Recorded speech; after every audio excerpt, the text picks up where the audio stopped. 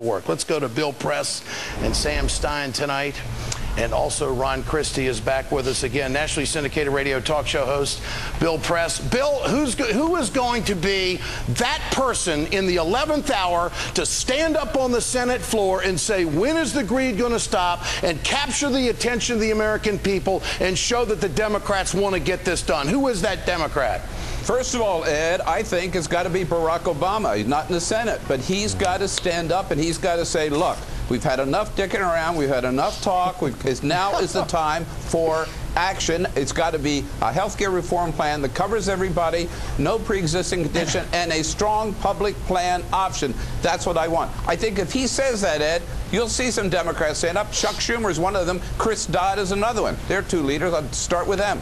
Ron Christie, tell us about the September stall. How are we supposed to, as liberals, take the Republicans serious when here's Mr. Inhofe from Oklahoma telling the American people, you know, I'm not even going to read the bill. And then you've got, let's see, Mr. Grassley saying there's not going to be any bipartisan agreement if there's any kind of government option or any kind of government-run program. How's this going to play out in September, Ron? What's your prediction? Well, actually, Ed, I think Bill is absolutely right. I think that the person who has to step up to the plate here, if there's going to be any sort of health care reform, has to be President Obama.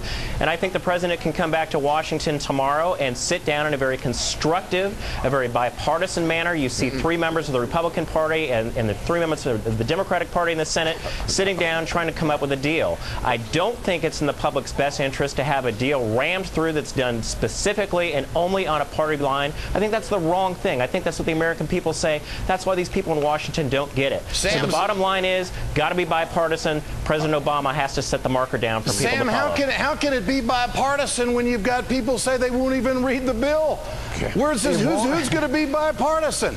The answer to that is that it won't be bipartisan. I think you're seeing this week, next week, and the week after that will be the death of bipartisanship on health care reform. The White House signaled it today when they slapped down Senator Enzi for his comments he made over the weekend, essentially, dismissing the notion that it would be a bipartisan bill. I think the White House has had enough. And now you're seeing progressives go after Chuck Grassley, not because they want to exert political price from opposing the president, because they want to show the way for Democrats to understand that he's not negotiating in good faith, that this is not someone that you're going to get a good health care bill from. They're trying to lead the charge with ads in Iowa. Expect the White House and others to follow suit. I think you're going to see the death of a bipartisan health care idea in the weeks ahead. Let me stay with you, Sam Stein. What do you make of some of these Democrats out there who are saying, you know what, we're going to turn on you if you don't act properly on public option and deliver what we expect you to deliver?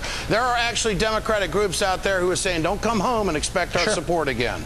Sure. I mean, the unions have said this. The Progressive Caucus in the House, my colleague Ryan Grimm had a great story about how, for the first time in recent memory, the Progressive Caucus in the House of Representatives is doing what the Blue Dogs traditionally do, which is, we have numbers, we're going to rally around an idea, and if you don't have this in the legislation, then forget it. We're not going to support it. It's nice to see progressives do that. It certainly balances out what the Blue Dogs do on the other side of the ideological spectrum. It really comes down to who's going to blink first, because in the Senate, conservative Democrats aren't going to back a public plan. In the House, they're going to not back a bill without a public plan. And finally, Bill Press, does the president have to be strong? I mean, his base is getting vocal right now. There could be a political backlash if the president doesn't remain strong on public option. Will he waver? What do you think? Well, first, Ed, I guess I got to agree. Bipartisanship is dead, and I'll tell you who killed it. Chuck Grassley and Mike Enzi killed it when they said they don't plan to vote for this stinking bill anyway, even though they've spent all this time negotiating. So we got to forget them. And yes, the president has to come on strong. I think Bob Dole said it well in the Washington Post this morning. We don't need a cheerleader on the sidelines. We need a platoon leader who is leading the charge for the public plan option the way he started out. That will get legislation done. All right, gentlemen, good to have you with us tonight. Coming up on the Ed Show, I'm going to have a longer conversation, longer than normal, with New York Senator Chuck Schumer. I will pose the very same questions to him about leadership in the Senate. Is bipartisanship dead? All of that's coming up. Stay with us. This is the Ed Show on MSNBC.